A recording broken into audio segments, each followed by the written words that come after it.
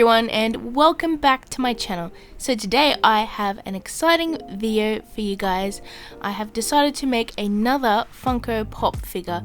However, this one is actually a bit special.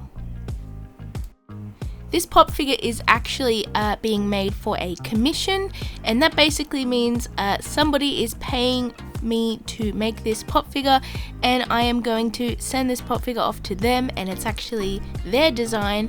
And yeah, I'm just really excited to do this because this has been something I have wanted to do for quite a while. Now, this pop figure character here I am actually making is of somebody's OC. Now, I'm going to show a picture of the OC up on the screen.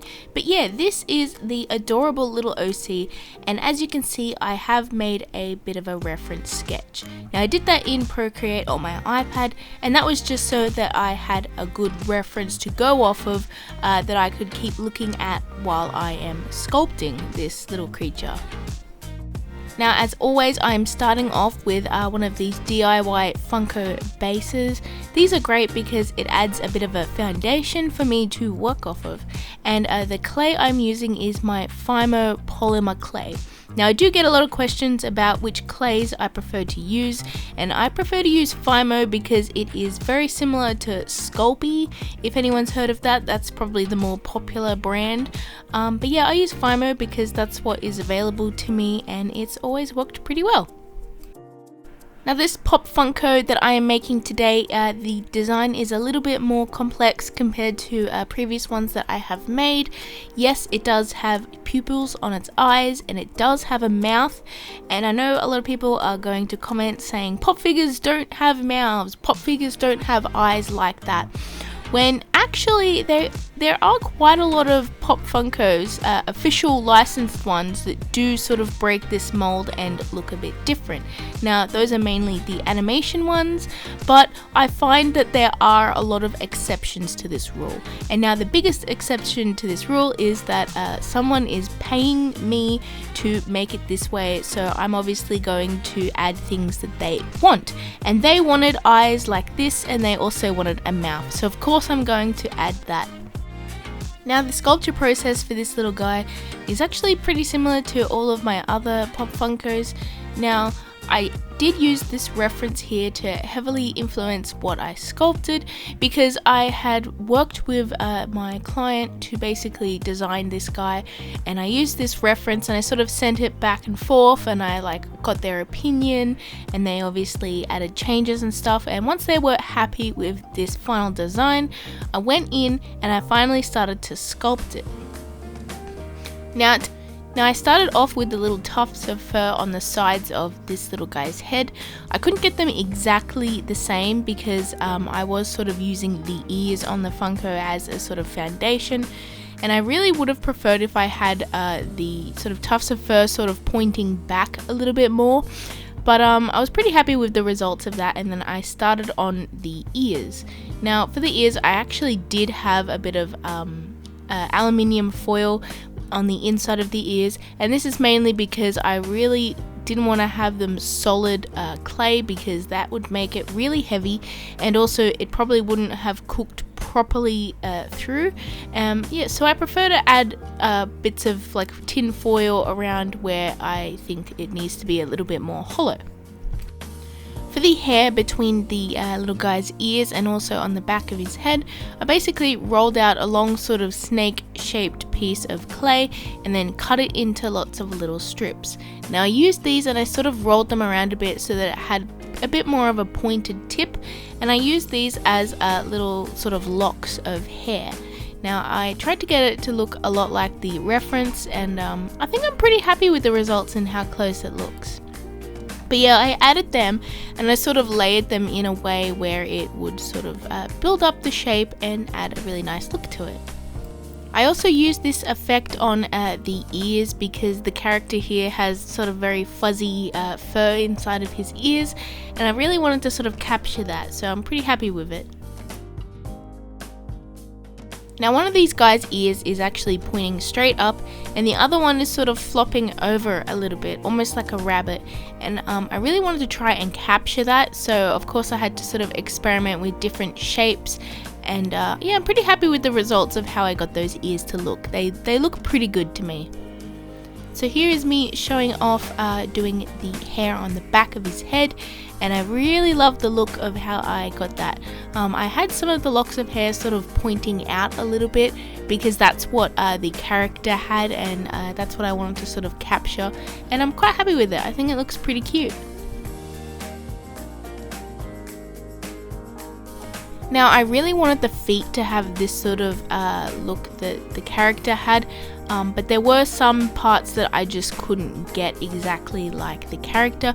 Mainly his feet are sort of that type where they're standing on their toes, and I really tried to experiment with feet shapes where it would stand on his toes, but I just couldn't get them to stand up on their own. So that's why I decided to just go with a more simple approach and have the toes on the original feet of the character.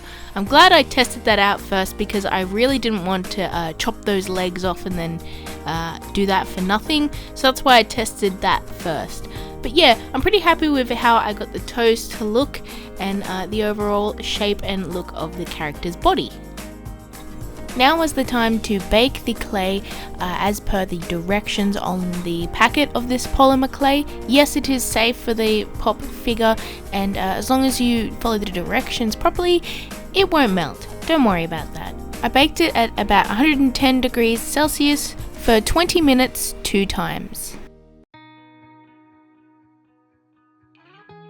Now it's time to paint this little guy, and I experimented with a few different colors. Now I tried to keep the colors close enough to the original character as I could, but mixing with acrylic paints, the paint does dry very slightly different to how it looks when it's wet. So I sort of had to sort of accommodate for that a bit, and it's a little bit hard trying to get the perfect color once it dries, but I think I got close enough that it looks pretty good.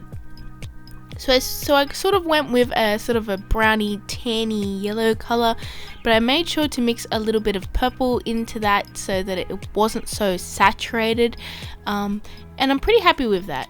Now, this time I actually didn't use gesso as the primer. I used my Joe Sonja's all-purpose sealer as a primer, and I'm quite happy with the results of that. It does give it quite a bit of a different texture. The primer has a bit of a sort of glossy, sticky feel to it once it's dry, but yeah, the paint sticks to it pretty well and it looks pretty nice. The paint I'm using today is the same paint that I use for all of my other pop figures and also all of my other acrylic paintings, and this is my Joe Sonja's Matte Flow acrylics. These are a great sort of paint. I really love the look of them, and I love that matte texture that they give. It's just an all-around great paint to use. 10 out of 10 would recommend. Now for that sort of lighter color, I used a bit of yellow mixed with a little bit of purple to sort of subdue that bright, saturated color, and then I mixed in a fair bit of white so that it was more of a pastel light color compared to the sort of tanny color, if that makes sense. And I sort of tried to go around very carefully, just getting those details as accurate as I could to the reference. Now, those did need quite a few different coats to make it look nice and sort of bold, if that makes sense. I probably did about 2 coats and then that was pretty good. And yeah, after that I just went in and I did the details on the face as well.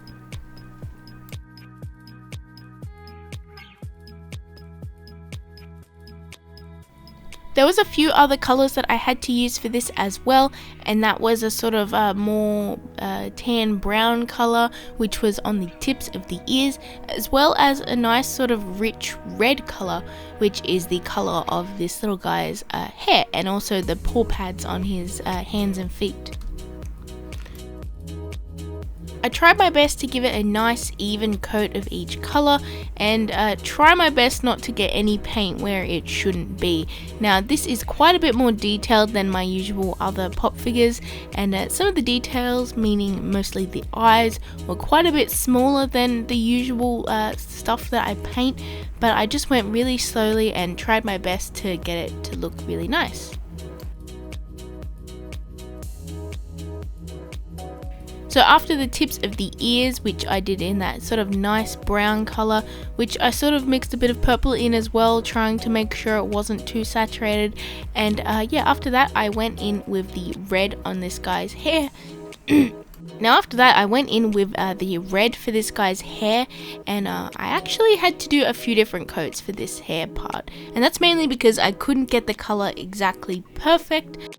I really wanted to try and experiment with a little bit of sort of soft shading, so I could accentuate some details that I couldn't get while I was sculpting it, and I'm quite happy with the results of that. I don't think I recorded too much of that because it was very finicky, and at one point I actually ended up getting out my Copic markers as well, just to add some little tiny parts of shading, and yeah, I'm quite happy with the results of that, and I think it looks pretty good at the end.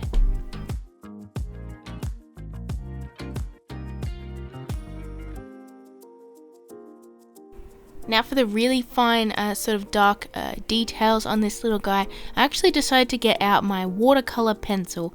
Now I got this idea from a lot of doll repainting videos. They would use a watercolor pencil to do eyelashes and really tiny details like that.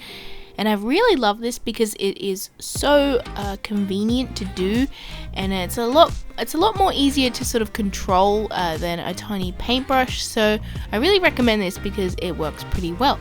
Now of course with a watercolor pencil it is not waterproof, so what I do after this is I go over with a bit of matte fixative, and then after that I also go over with a little bit more of a varnish, and that is just to sort of seal the watercolor pencil so that it doesn't smear and stuff like that. Now if you guys want to commission me to make a pop figure, I am going to leave a link in the description to my store, and that'll show you how you can contact me for that. So anyways, here is the final result of this, and I love this guy so much. I'm so grateful to get the chance to create this guy, and I hope that my client loves him. And yeah, thank you guys so much for watching. I hope you enjoyed this video. Please make sure you hit like and subscribe, and I'll see you in my next one. Bye everyone!